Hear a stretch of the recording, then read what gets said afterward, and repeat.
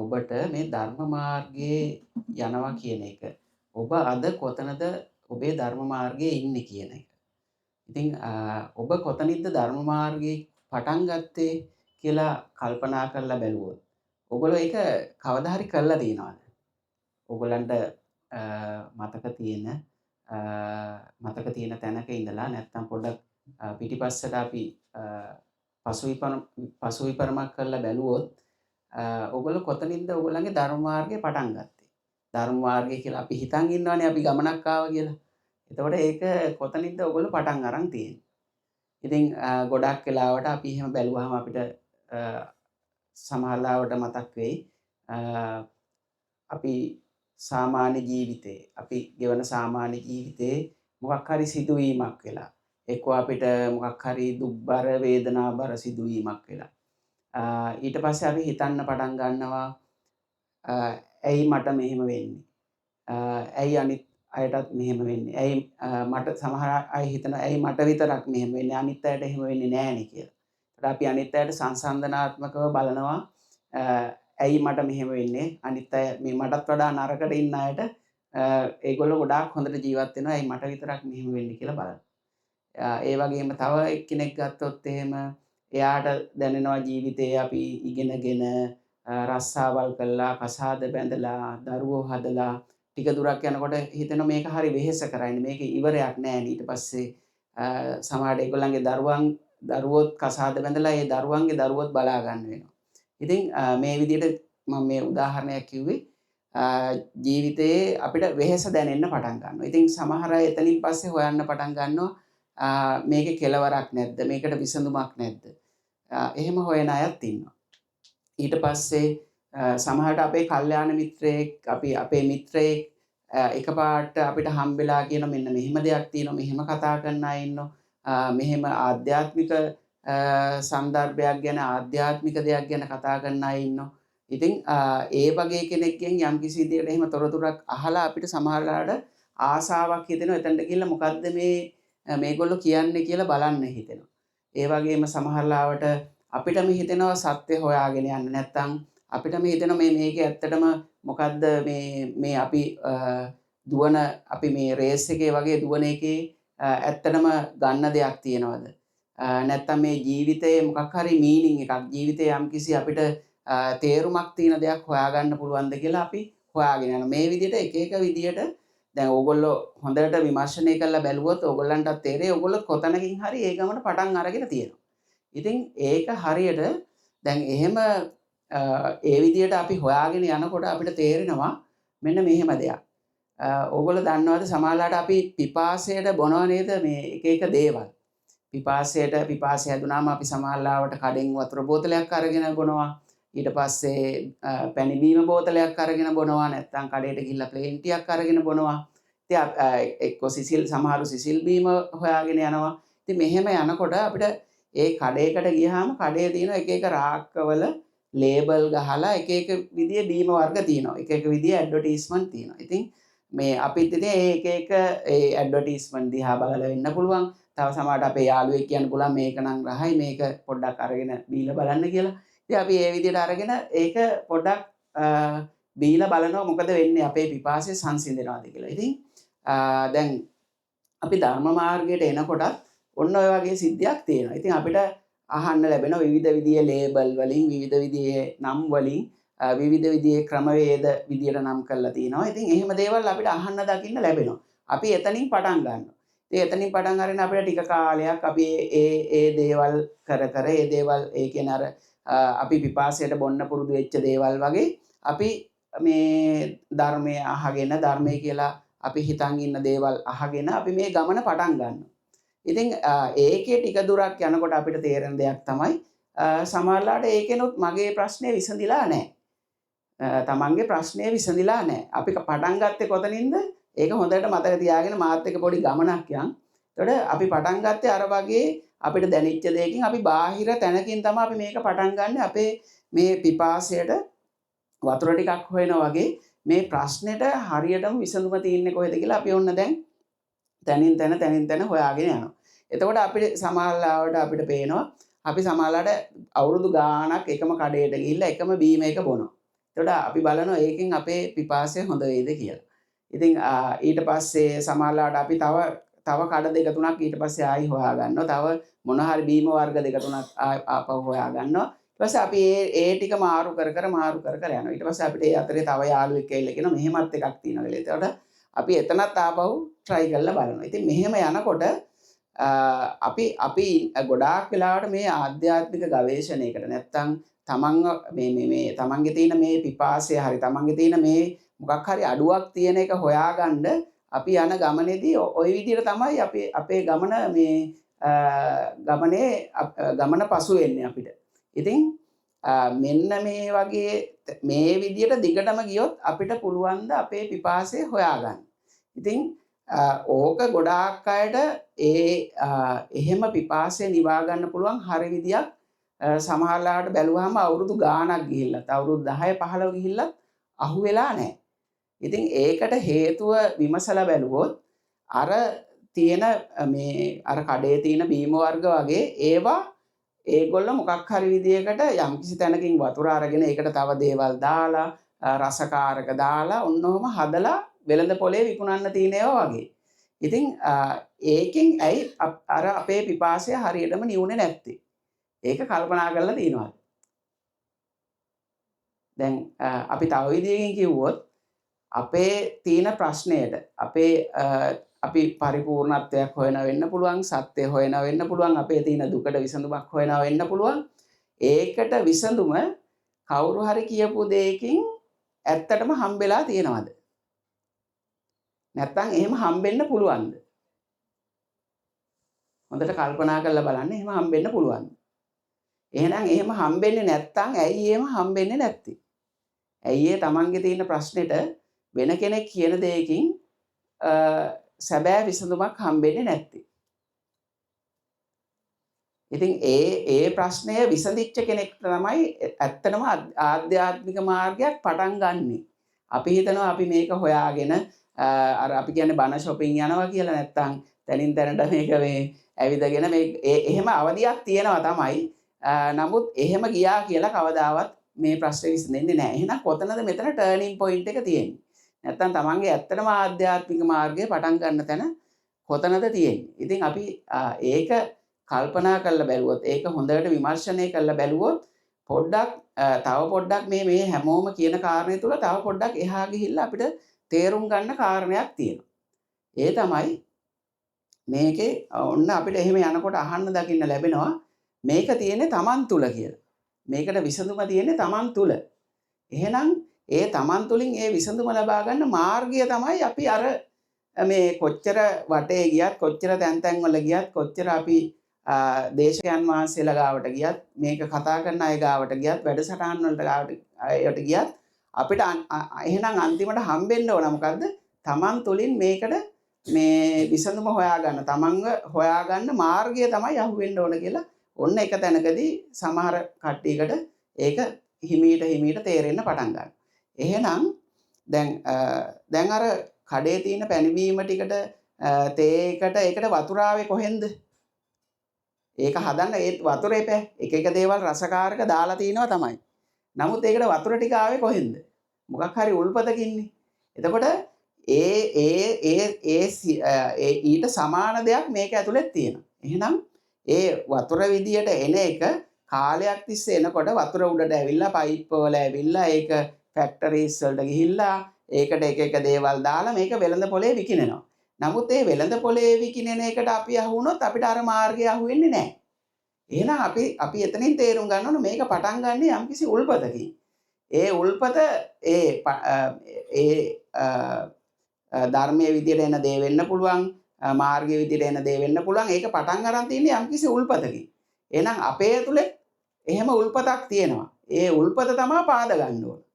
ඔන්න ඔතනට මාර්ගය පැහැදිලි වෙන්න ඕනේ. ඇත්තටම ඒ තැනට මාර්ගය පැහැදිලි වෙච්ච කෙනෙක් විතරයි ආධ්‍යාත්මික මාර්ගය තමන් තුළින් වැඩෙන්න පටන් ගන්න. ඉතින් ඔන්න දැන් අපිට තේරෙනවා මේක තමන් තුළින් මතු කරගන්න ඕන කියලා. ඉතින් දැන් තමන්ගේ ලිඳක් කපා ගන්න බෑ නේද? තමන්ගේ ලිඳ තමන් හාර ගන්නවා. තමන්ගේ උල්පත තමන් මතු කරගන්න ඕන. එතකොට දැන් සමහරට උල්පත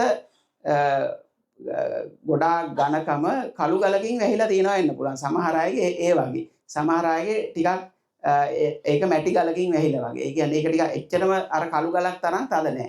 ඉතින් ඕක දැනගන්නෙත් අපි ඕක කරන්න ගියාට පස්සේ. දැන් අපි කරනවා මේක මේ තමන්ගේ තුලින් මතු කරගන්න හදනවා ඒත් මතු වෙන්නේ නැහැ. ඉතින් අපිට අහුවෙන්නේ අර තඩි කළු ගලක් වගේ එකක් තමයි අහුවෙන්නේ. සමහර අයට ඊට වඩා ටිකක් ලේසියෙන් ඕකට තට්ටු කර ඉන්නකොට ටික මතු වෙන්න පටන් ගන්නවා. ඉතින් සමහර අයට ඕකට ගල් කටුවකින් ගහන්න වෙනවා. ඉතින් ඒ ගල පාද ගන්න ගල් කටුවක් තියලා ගහන්න වෙනවා. සමහර අයට පොඩි බෙහෙත් ටිකක් දැම්මහම අර තියන්නේ මේ ගල් කඩන අය බෙහෙත් ටිකක් දාන්නේ. බෙහෙත් ටිකක් දාලා පොඩ්ඩක් බලන් ඉන්න විතරයි තියෙන්නේ. බලන් ඉන්නකොට හිමීට අර ගල පුපුරලා යනවා. ඉතින් ඒ වගේ තමයි. දැන් අපි එක එක්කෙනා ගත්තාම අපි එක එක්කෙනාගේ අර බුද්ධිය කියන උල්පත වැහිලා තියෙන්නේ.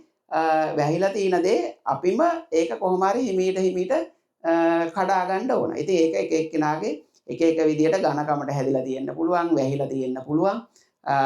ඉතින් ඒකින්ද තමයි අපිට තියෙන්නේ අර පංච බලය කියලා දෙයක්. පංච බලය කියලා දෙයක් බුදුවරු දේශනා කරන්නේ ඔන්න ඔය මේ ගමන පටන් ගන්නකොට අපිට ඒ වගේ මූණ දෙන්න සිද්ධ වෙන දේවල් ටිකක් තියෙනවා. ඉතින් අර ගල කඩනවා වගේ හිමීට ඒ ගල හිමීට පාද ගන්න ඕන. ඉතින් ඒකට ශ්‍රද්ධාව, වීරිය, සතිය, සමාධිය ওই විදියට මේ ඊට පස්සේ ඒ ටික වැඩෙනකොට අර ප්‍රඥාව හිමීට අර ගල හිමීට පුපුරලා බුද්ධිය ගලන්න පටන් ගන්නවා වගේ වතුර ගලන්න පටන් ගන්නවා වගේ අර ප්‍රඥාව හිමීට හැදෙන්න පටන් ගන්නවා.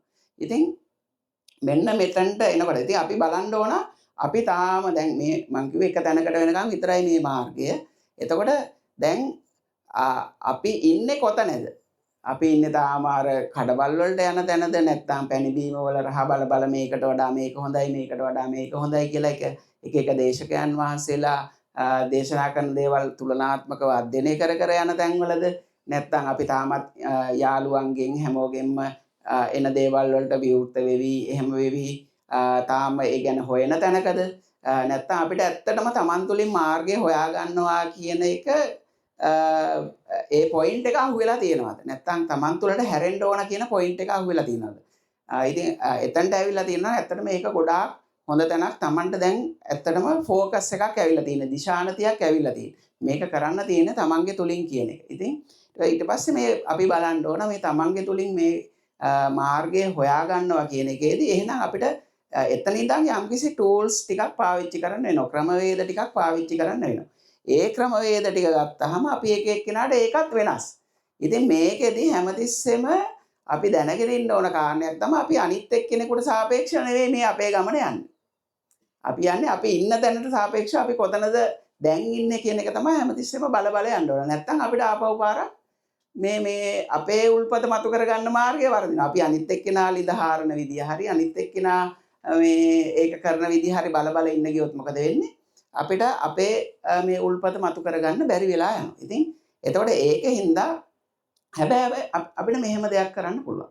දැන් ඔය ලිඳහාර ගත්ත ඔය උල්පත මතු කරගත්ත අය ඕන තරම් ඉන්නවා. අපිට ඉතින් ඒගොල්ලෝ කතා කරන දෙයින් අපිට තේරෙනවා මේගොල්ලෝ ගාව තියෙන අර පිරිසිදු වතුරද නැත්නම් අර මේ ලේබල් ගහලා විකුණන්න හදන නැත්නම් මොනවා හරි දාලා අපිට රසයි කියලා පෙන්වන්න හදන දෙයක් විතරද තියෙන්නේ නැත්නම් ඒගොල්ලෝ ගාව ඇත්තටම පිරිසිදු වතුරක් තියනවාද පිරිසිදුව මතු කරගත්ත උල්පතක් තියනවාද කියන එක ඕගොල්ලන්ට ටික කාලයක් යනකොට ඒක ඇත්තටම පොඩි ඕගොල්ලන්ගේ නාඩියට තේරෙන්න ඕන දෙයක් නැත්නම් ඕගොල්ලන්ගේ ඒ කියන්නේ මේ ඕගොල්ලන්ට සෙන්ස් වෙන්න ඕන දෙයක්. ඉතින් ඒ තැනට එන්නත් අපි යම්කිසි ගොඩක් වෙලාවට සමහර අයට ඒකට කාලයක් යනවා මේකේ හොඳට පත්තියන් වෙලා මේකේ වැරදිලා හරි ගිහිල්ලා වැරදිලා ඔහොම තමයි යන්න තියෙන්නේ. ඉතින් ඇත්තට මේ ආධ්‍යාත්මික මාර්ගයේ ඔයගොල්ලෝ අතන්ට එනකම් ඔයගොල්ලන්ට තියෙන්නේ වැරදීම් තමයි.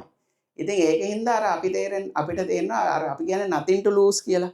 ඒ කියන්නේ මේ ආධ්‍යාත්මික මාර්ගය යන කෙනෙක් ගත්තාම එයාට නැති වෙන්න දෙයක් නැත්තම් ඒක හරි ලේසි. නැත්තම් වෙන්නේ මොකද්ද අර මේ අපිට මේක අතෑරි හරි යන ගමනක් දෙන්නේ බෑ. අර අපිට වැරදිච්ච දේ තේරෙනවා මට මෙතන වැරදුනා මට මෙතන. එතකොට ඒ ඇත්තටම මේක ආධ්‍යාත්මික මාර්ගය යන කෙනෙක් ගත්තොත් එයාට වරදිනවා කියලා දෙයක් නැහැ.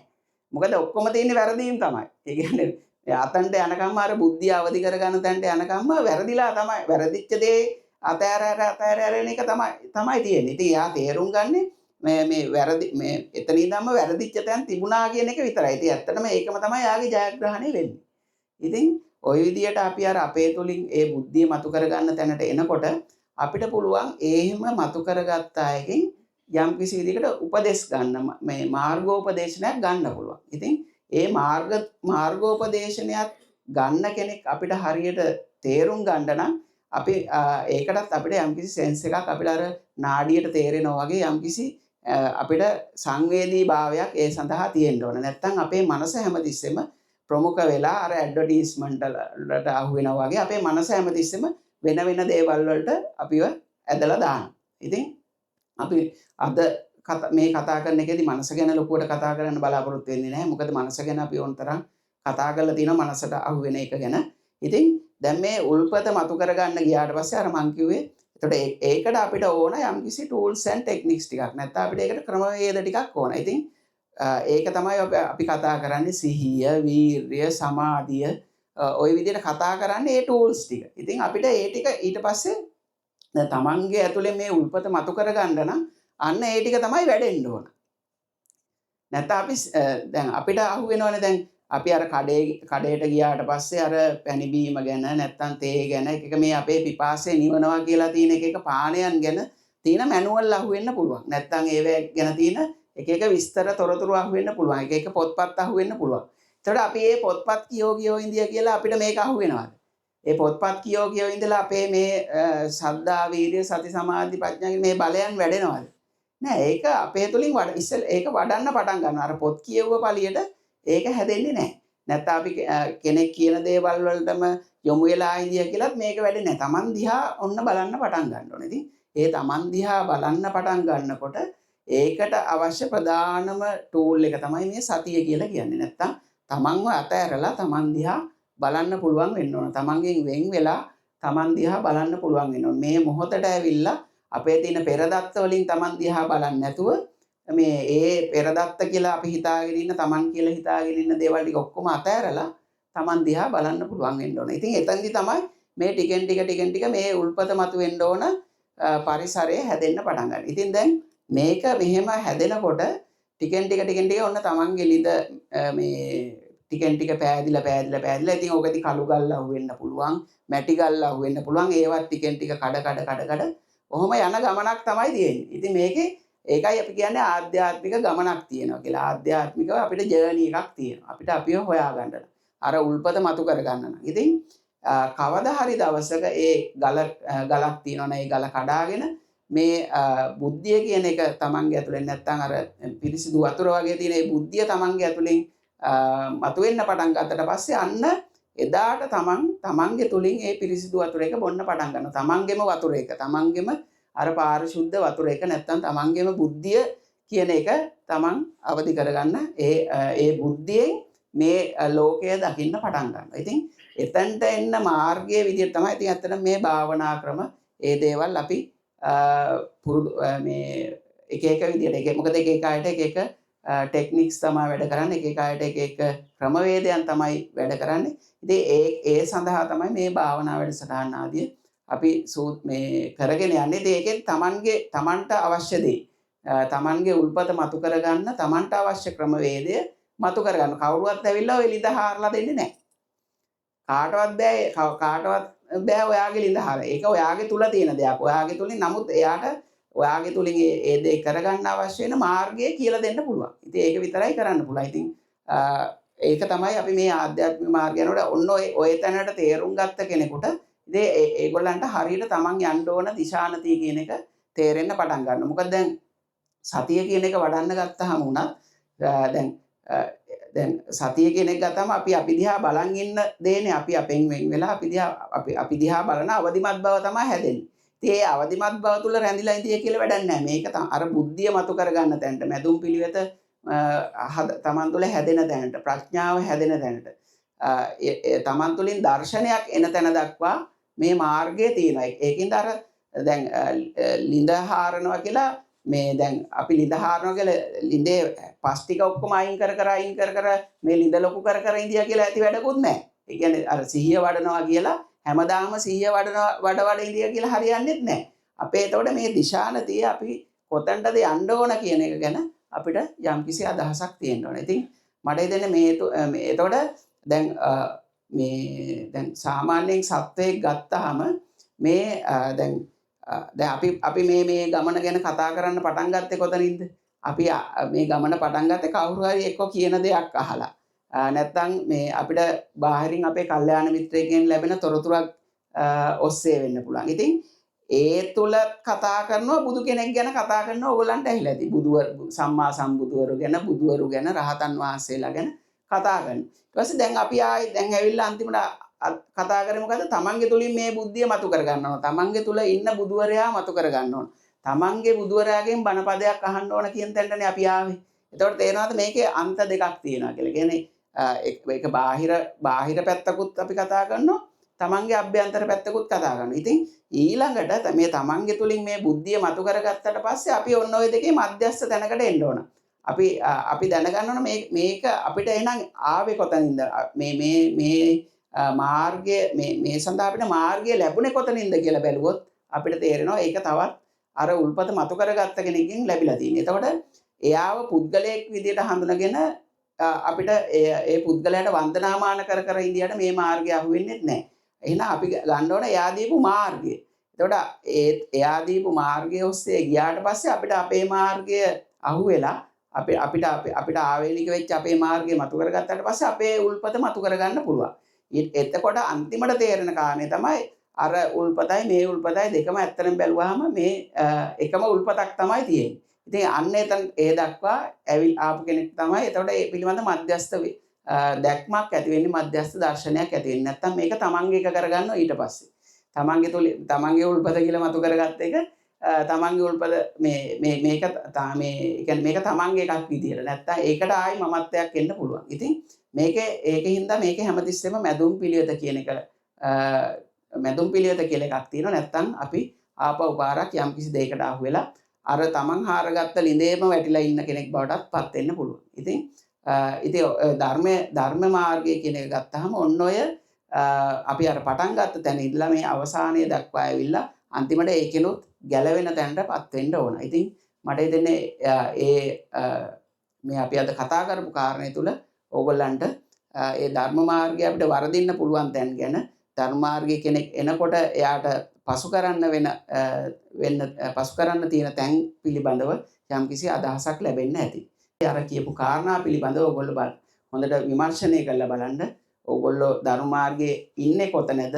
ඔයගොල්ලෝ ධර්ම මාර්ගයේ ඔයගොල්ලන්ට යම්කිසි අපහැදිලි තැනක් තියෙනවා නම් ඒ අපහැදිලි තැන පැහැදිලි කරගන්න ඕන යම්කිසි මාර්ගෝපදේශනයක් ඒ කතා කරපු කාරණේ තුල තියෙනවා. හරි දිශානතිය ඔයගොල්ලන්ගේ ධර්ම මාර්ගය තුල හොයාගන්න. හොඳයි එහෙනම් සියලු දෙනාටම තෙරුවන් සරණයි.